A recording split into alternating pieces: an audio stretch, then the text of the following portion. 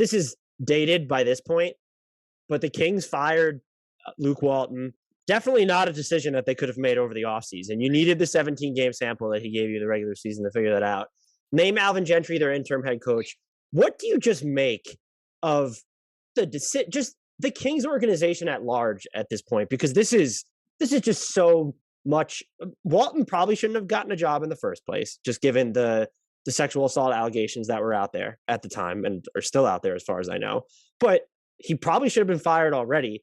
He also wasn't like the problem. Getting rid of him is not the antidote, I guess my point. So I'm just curious, like, what you think of just this entire thing. Yeah, I mean, where to even start, really?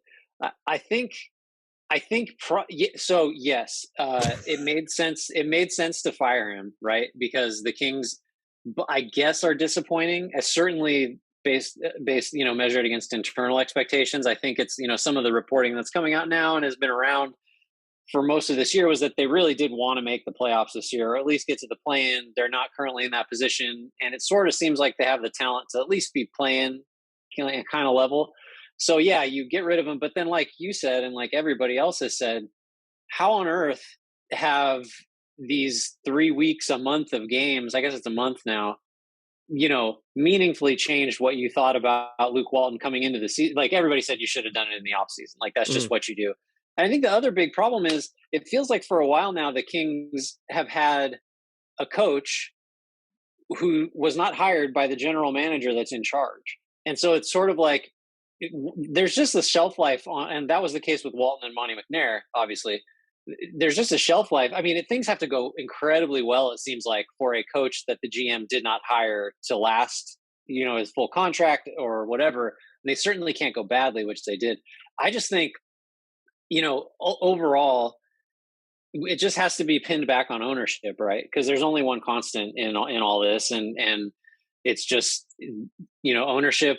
Vivek Ranadive being sort of the figurehead of all that has just been impatient. And you look at all these other teams that have been bad, but bad, as a means to an end, to stockpile draft picks, to strip rosters down to whatever, the Thunder, an extreme example. Like the process Sixers began and ended while the Kings were dicking around trying to make the 8th seed, right? Like that whole thing started and finished. The Rockets will probably be good before the Kings are good, and they're starting all the way over. So the unwillingness to just, really commit to starting over, and then sort of getting it wrong when you've been bad enough to actually start over, aka Bagley.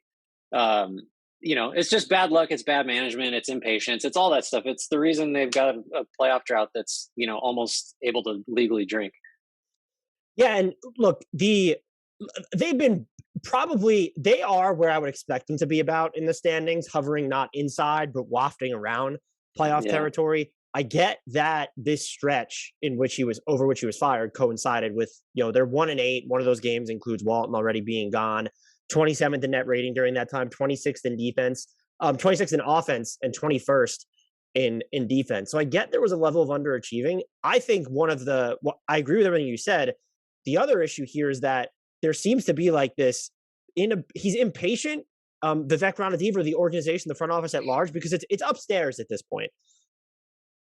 But you also didn't make this decision until now. You waited. And so you still have to pay him the same amount of money, like through this season and the next season, which is when he was under contract for. So I don't understand that. It's equally damning, if not more damning, that they have no fucking idea how to self-evaluate. Because what about this team that finished 11th in the West last season, what did they do over the offseason that made you think, hey, we need to be a playoff team this season? Traded for Tristan Thompson, drafted Davion Mitchell. I know De'Aaron Fox is a year older. I know you kept Richaun Holmes. I know Tyrese Haliburton's a sophomore. I get that, but you didn't do anything to really bolster the wing rotation. And I do think there is a level of squandered opportunity here because Harrison Barnes and even Buddy Hield have played some of the best basketball of their career this season. Richaun Holmes is just freaking solid. Richaun Holmes is still probably one of the most underrated players in the NBA, even though I feel like there's a whole subgenre of Twitter dedicated to talking about his push shot. Right. And what happens? What if Fox doesn't? What if Fox doesn't suck to start the year for them? Are they in a different spot? And so I get like that level of what ifism, but they didn't make enough changes and you couldn't see the path to a ton of internal development to the extent that they would be one of the guaranteed top 8, even 10 teams in the Western Conference. And that's just incompetence. If you expected a lot more, yeah, you don't expect them to go through a stretch where they're 1-7. At the same time, your overall record is just kind of indicative of the talent, I would say, that you have. Maybe you underachieved a little bit. I would ascribe that more so, though, to Fox's performance, and maybe just like this team in perpetuity needs to put more of a focus on transition. And so I get there were flaws, but nothing to me happened this season justifies the timing of doing it now versus not doing it over the offseason. Yeah, I would say the transition thing you brought up is a great point, because I feel like, we've been, certainly I feel like I have, and most Kings fans have been harping on the fact that, like, you've got De'Aaron Fox, and I think maybe last year they played a little faster, but, the year before that, and certainly this year, they're just like, De'Aaron Fox's best skill is his speed. He's not a good half-court player because he can't shoot, especially this year. He's making, like, I think under a quarter of his threes right now. And so that's just not the way they can play. It is a slow down game or any sort of set offense. The way for this roster to succeed is to have Fox run as fast as he can, as often as he can, and maybe Buddy Hield spots up and Haliburton spot. There's like a theory of this team that makes sense. And I think if you were going to make a one significant criticism of Walton, while I agree, like, he wasn't the problem, it's that he just didn't have the team playing in a way that maximized the personnel that it has. But then, look, Fox just has to get better in year 5 or whatever this is. Like, I feel like the last couple of years have been, this is the De'Aaron Fox leap, like, to all-star serious consideration, or at least I do that every year for the last 2 or 3. And he's just been one of the most disappointing players in the league, I think, full stop. Walton didn't, like, there wasn't anything glaring that said he definitely should be fired, let alone, a few weeks into the season. But you could also say, like, he didn't really, if he had to sit down and make a case for, like, hey, this is why you should keep me on as the coach because here's what I've done. Like, he doesn't have a lot to say, I don't think, during a pretty short tenure. Yeah. And so Sacramento last year, they were 8th in average possession time per unpredictable. This year, they're actually 6th. So they're a little better. And the frequency with which they're in transition as a percentage of their plays, they're 8th. And they're actually been they're more efficient than I remember in transition. They still just, like, I don't know, whether it's, when they're committing turnovers, I feel like they're probably not pushing it hard enough. And I thought De'Aaron Fox made strides in the half court last year, but you already mentioned, like, his 3-point shooting is broken.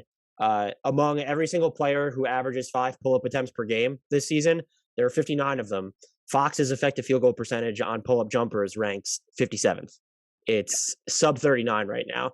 So those are issues too. And it just felt like there wasn't, even if they were playing at a faster pace, it almost felt like it wasn't true transition all the time, if that makes any sense. It felt like it was just more early shot clock opportunities that might fall under the transition umbrella or semi-transition stuff where they maybe weren't even necessarily getting, like, the best looks up there. So the fact, I guess the bigger crime is whatever you want. It didn't feel like they had any sort of identity on the offensive end, and they just haven't had a defensive identity for quite some time. And I'll maintain this. They were better defensively over the past couple weeks. Maybe that's a function of their competition, but, like, last year they switched just basically everything. It was a disaster. And I think you look at their personnel, even with the absence of those truer wings, I don't know that I look at this team and say they should be bottom 5 on defense. No.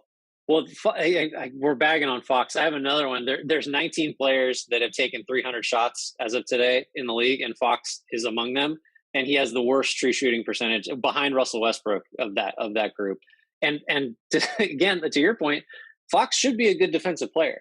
He's long for a point guard. He's super fast. He put on, like, he should be much better. He's not a good defender. Like, so they just, maybe that's on Walton, right? Maybe, like, these guys just not playing to the level of their potential or whatever skill they have falls to him. I don't know. Although Tristan Thompson has a lot to say about whether you need a coach to motivate you or make you passionate or whatever that was. Was he wrong? No, I don't. Maybe the messenger was odd, but was he wrong? Because one of the things I took issue with the messenger's very odd, by the way. is I saw, I think Richaun Holmes came out with the most ringing endorsement of Walton, but like everyone said, it felt like they had this meeting where they all agreed the party line was we have his back. So that rings hollow to me in the first place. However, there are people that point out like, hey, if they say they have Walton's back and he resonates with the players, I want to make it clear that I'm not typically this person. There is no one on this roster, and this roster in general is not good enough to have a fucking say on the head coach. You don't get to have a say on the head coach. You guys, you're terrible. Like no one should have the leverage to be like, Luke Walton needs to stay. And so if that's part of the reason why they kept Luke Walton over the offseason, I'm not pinning it on the players. This is front office, Vivek Ranadiv, everybody up there first and foremost needs to be blamed. But the players and their feelings about Luke Walton, like they don't, to me, like they're irrelevant just because the Kings are not good enough for anyone to have that type of input.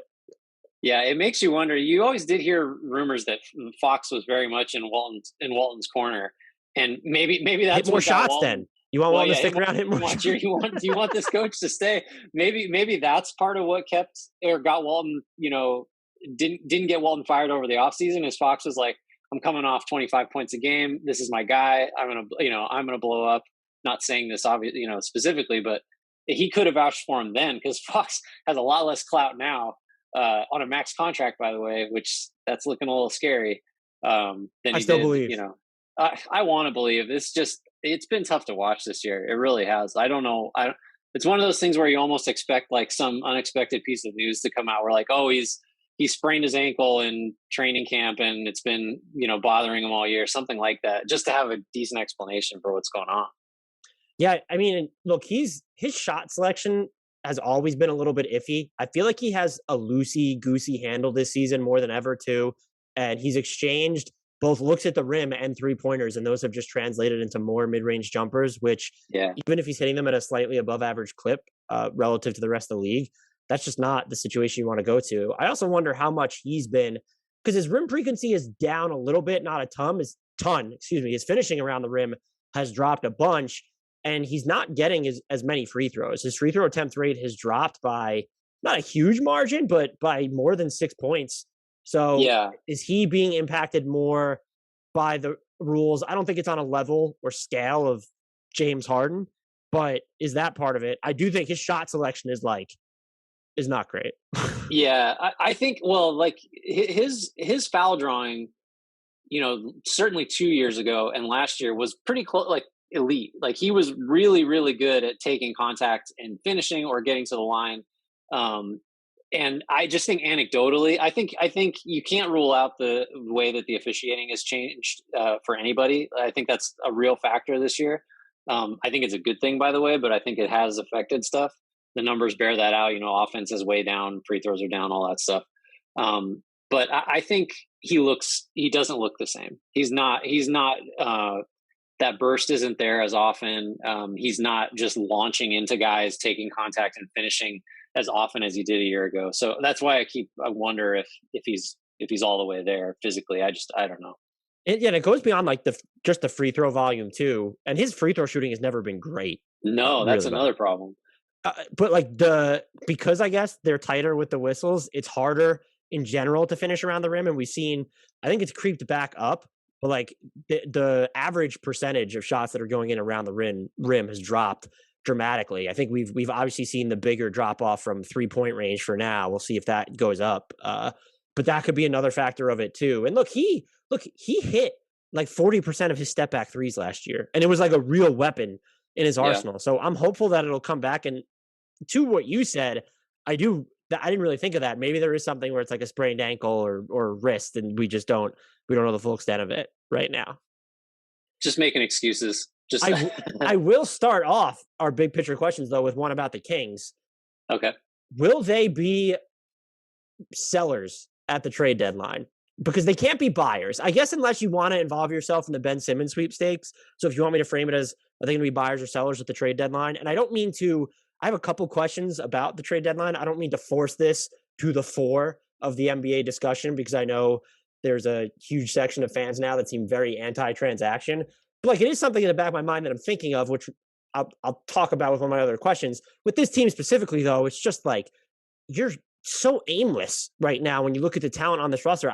There's no clear path unless you shut everybody down to just bottoming out and getting another top pick. And then also you're just not good enough and even young enough because, okay, you have Mitchell and Haliburton and even Fox, but where is the internal growth coming where you're going from 12th to 7th or 6th, whatever it is in the West? And I'm not saying you need to look at moving Fox. I would say Fox, Haliburton, and Mitchell should be viewed as part of your core unless you have the chance to acquire this transcendent star. But when you look at Harrison Barnes is going to be the name that comes up, Buddy Hield's going to be a name that comes up. Richaun Holmes is just older and he's a great player. Is that someone you look at moving as well? And so I'm curious as to what you think is going to happen or what you think should happen with the Kings as we but as we get closer to the deadline in February. No, it's a good question. I think the Walton move is the move you make before you start pulling those triggers. And I think Alvin Gentry will get a chance. First of all, interim head coach extraordinaire. I read today this is the 4th time he's taken over a team midseason. Right. He's just no better guy. I also read that he's in for. He's worked in some capacity for nearly every organization in the league at this point. Isn't that wild? He's like the ultimate journeyman. He has been, it feels like he's been everywhere in the last 5 years, like let alone the preceding. And he 20. yelled at David Griffin for playing piano in Zion Williamson's room for him, which didn't actually happen apparently, but it's something he yelled at.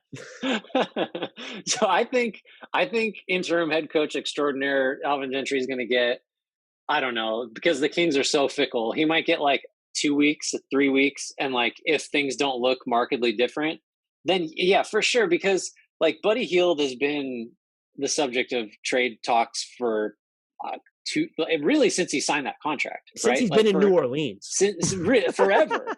Wasn't that pick actually traded to New Orleans? Now I can't remember that. I'll look it up really quick, but I'm pretty sure Buddy Hield has just been part of the trade discourse before he was even in the NBA. Well, I mean, if he was, it makes sense because it was his rookie year that he came over in the Cousins deal. And then from that point on, it was trade. Maybe there was I feel like there was a grace period where Kings fans were excited about him like midway through his rookie year because it's like, okay, we got this. He was not traded to the Pelicans. They drafted him, so I overstated my position there. That's okay. Nobody's gonna remember. So him for sure. Harrison Barnes, all for sure. Holmes could help a team that's trying to win or has a better chance of winning. I do think I laughed at this when people were saying after the Kings picked Davion Mitchell that Fox might be on the way out. Like, I just thought that was ridiculous. I just thought they believed he was the best player there and it made sense. But now it's kind of like, it's a little plausible, I think, just because if you're really so this is again, giving the Kings a lot of credit. If this is now, okay, we're tired of half measures. We're stripping this to the studs. We don't think Fox is a max player. We made a mistake. There is going to be an offer out there for him. Like, might have been nice to get Ben Simmons if that were possible a few months ago. But I think Fox is possible. I think Hield, Barnes, to a lesser extent, Holmes are probable, like that they will be on different teams after the deadline. I think that's how I'd frame it. I think if we had to rank them, it feels like it'll be Barnes is most likely, followed by Hield, Holmes, and then Fox. I wouldn't be opposed to a Fox trade. I guess I still wouldn't move him for Ben Simmons. I don't know. I mean, maybe, and the Celtics aren't going to offer you Jaylen Brown. I think, and it would also, like, what is your end game at that point if you're moving Fox? I think you want the pick special. I don't think you want the player unless it's Shai Gilgeous-Alexander maybe, and even that is just like, well, he's on his max deal too. He's super young, but how much closer does he bring you to winning? And so I think I would need, like, what if Oklahoma City decided they just want to pair Fox and Shai Gilgeous-Alexander together, and you can get Giddey plus a few of their trillion picks that they have. I haven't thought about Fox trade destinations because I wouldn't move him. I'm still so high on him. But I think it would need to be that situation, because I think if you're moving Fox, wouldn't the goal be to bottom out? I guess it depends on if there's another star that becomes available. What I'm curious is to whether anything nuclear goes down with this iteration of the front office, because at this point, I know this is McNair's first coaching hire. It still feels like we're at the point where we're going to be looking at his body of work. And so he is very much going to be like, executiving for his job. Yeah. Although he's drafted well. I mean, he's had two good drafts. I think he gets Haliburton credit, right? Because he was installed. Maybe I'm getting that wrong. But I'm I not think giving he's done Vlade it. Divac credit for Tyrese Haliburton. So. No. Martin, he gets credit for Bagley. Uh, so that would be the thing that I'm curious about, because I still think it's more likely, is the way I'll frame this. I actually don't think they're going to end up doing anything nuclear. It feels like it's going to be very much to do about nothing, like last year's trade deadline. I do feel like they're more likely to go the Ben Simmons or Pascal Siakam route if Toronto decides to make moves than they are to not even Fox, but I still think they're more likely to go we want to acquire a high impact win now player than they are to even trade Harrison Barnes. And maybe that's me just subscribing too much to the Kings mantra. So I don't know, but to me, it feels like there's still, I don't know if anything's going to materially change in their direction while this front office is in place. And maybe it's not even the fault of McNair, but it's just, you've now been there so long that I don't know if you're going to get the opportunity to hit reset. And I do think they had the opportunity to hit reset under McNair a couple of times now. They very easily could have done it over this offseason. They very easily could have done it at last year's trade deadline. Yeah, you said it initially. They're just not like they are poor self-evaluators. They just didn't quite know where they were or where it was reasonable to expect themselves to be. And now this is what you get.